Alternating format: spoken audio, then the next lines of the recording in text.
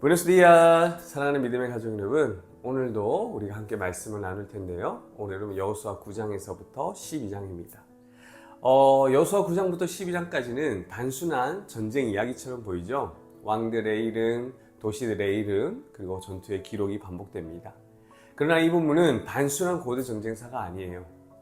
이 4장은 우리의 신앙의 현실을 드러내고 동시에 하나님이 어떻게 자기 백성을 이끄시는가를 보여주고 있기 때문입니다.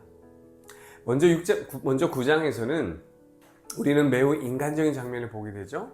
기본 사람들이 속임수로 다가옵니다. 해진 옷, 다른 신발, 곰팡이 난 떡을 가지고 먼 나라에서 온 것처럼 연기를 하죠.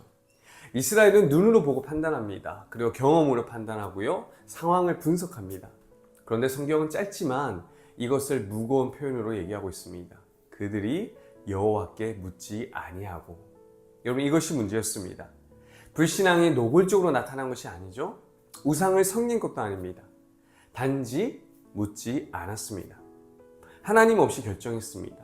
우리는 여기서 오늘 우리의 모습을 한번 돌아볼 수 있겠는데요. 중요한 결정 앞에서 우리는 얼마나 하나님께 묻습니까? 사역의 방향, 가정의 문제, 재정의 선택, 관계의 판단 앞에서 우리는 얼마나 기도하냐는 것이죠. 신앙의 위기는요, 실패 후에만 있는 게 아닙니다. 오히려 어느 정도 승리를 경험한 뒤에 익숙해졌을 때 찾아오죠. 그러나 9장은 우리의 실수로 끝나지 않습니다. 멸망의 대상이었던 기브온은요, 완전히 끊어지지 않아요. 그들은 종속적인 위치로 공동체 안에 머물게 되었고, 그리고 성막과 관련된 봉사에도 참여하게 됩니다. 그리고 그 이후에는요, 이름이 사라지지 않고 솔로몬 시대와 느헤미야 시대에도 공동체 안에서 언급되죠. 그런데 이것이 인간의 경험과 판단으로 내린 결정도 결국에는 다 잘 된다는 식으로 이해해서는 안 됩니다. 본문은 인간의 경솔함을 정당화하는 이야기가 아니기 때문이죠. 이 사건은 인간의 실수를 통해서도 하나님의 언약적인 계획이 좌절되지 않는다는 걸 보여주는 거예요. 즉, 초점은 인간의 선택이 아니라 하나님의 섭리와 은혜에 있는 것이죠. 여기서 우리는 복음을 봅니다. 우리 역시 멸망받아 마땅한 사람들이죠. 그러나 우리는 자격으로 들어온 것이 아니라 은혜로 언약 안에 들어왔습니다. 그리스도의 피가 우리를 살려주신 거죠. 9장은 우리의 연약함을 보여주지만 동시에 언약의 은혜가 우리의 실패보다 더 크다라는 사실을 보여주고 있는 겁니다. 이제 10장으로 넘어가면 상황이 달라집니다. 남부의 다섯 왕이 기브온을 공격하죠. 이스라엘은 언약을 지키기 위해서 싸우러 나갑니다. 그리고 성경은 그렇게 얘기합니다. 여호와께서 이스라엘을 위하여 싸우셨다. 우박이 떨어지고요, 적군은 혼란에 빠집니다.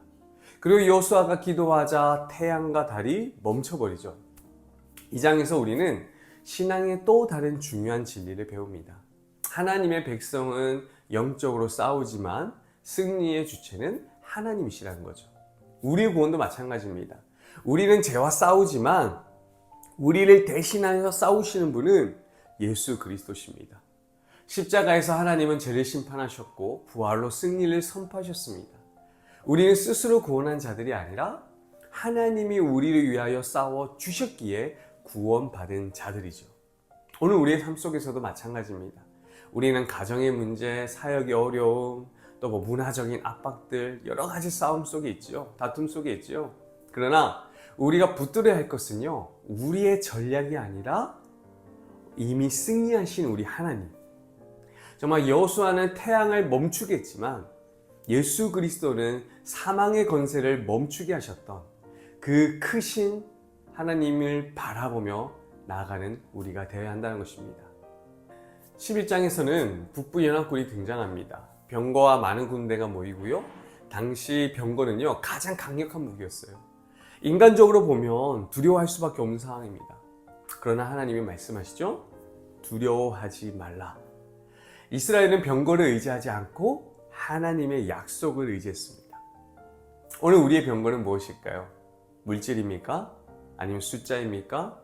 어떤 조직인가요? 아니면 감정적인 어떤 열정일까요?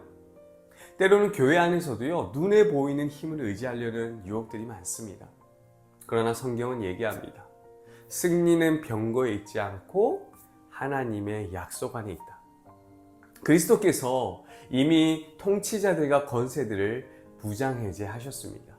십자가는요, 약함처럼 보이지만 실제로는 아주 강한 승리였습니다.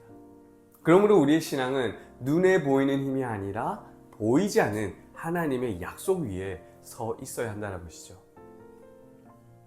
12장에는 왕들의 이름이 나열되어 있습니다. 모세가 이긴 왕들, 여호수아가 이긴 31명의 왕들. 단조로운 그냥 목록처럼 보이죠? 그러나 이것은 승리의 기록입니다. 하나님의 약속은 실제 역사 속에서 이루어집니다. 구속은요, 추상적인 게 아니라 사건이에요. 하나님은 말로만 약속하시는 분이 아니라 이루시는 분입니다. 그러나 우리는 여기서 더 큰 그림을 봐야 하죠. 여호수아의 정복은요, 완전하지 않았습니다. 아직 남은 땅이 있었고요, 완전한 안식이 오지 않았어요. 그런데 히브리서는 얘기합니다. 참된 안식은 아직 남아있다고. 여호수아는 예표일 뿐이었습니다. 참된 여호수아, 곧 예수 그리스도께서 오셔서 완전한 승리를 이루셨죠. 요한계시록은 또 다른 목록을 보여줍니다. 어린 양의 생명책이 기록된 이름들.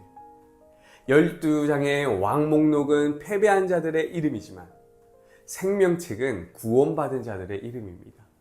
그리스도 안에 있는 자들의 이름은요, 결코 지워지지 않습니다. 이것이 우리의 소망이죠. 사랑하는 믿음의 가족 여러분, 여호수아 9장에서 12장은요, 우리의 신앙의 여정을 보여주는 것과 같습니다. 우리는 하나님께 묻지 않고 실수하죠. 그러나 하나님은 언약으로 붙드십니다. 우리는 싸움 속에 있습니다. 다툼 속에 있죠. 그러나 하나님이 우리를 위하여 승리하셨습니다. 우리는 세상의 병거를 두려워합니다. 그러나 하나님의 약속이 더 큽니다. 우리는 아직 완전한 안식을 이루지 못했습니다. 그러나 그리스도께서 이미 승리를 이루셨습니다. 결국 이 모든 이야기는 한 이름을 향하여 나아가죠. 여호수아라고 하는 이름, 여호와는 구원이시다. 헬라어로 번역하면 예수입니다. 여호수아는 땅을 정복했지만 예수는 죄를 정복하셨습니다. 여호수아는 왕을 무너뜨렸지만 예수는 사망을 무너뜨리셨습니다. 여호수아는 가나안으로 인도했지만 예수는 영원한 안식으로 인도하십니다. 그러므로 우리의 신앙은 우리의 결단이나 전략 위에 서 있지 않습니다. 우리의 소망은 우리의 능력에 달려있지 않습니다. 우리의 구원은 이미 싸움을 끝내신 그리스도께 달려있습니다.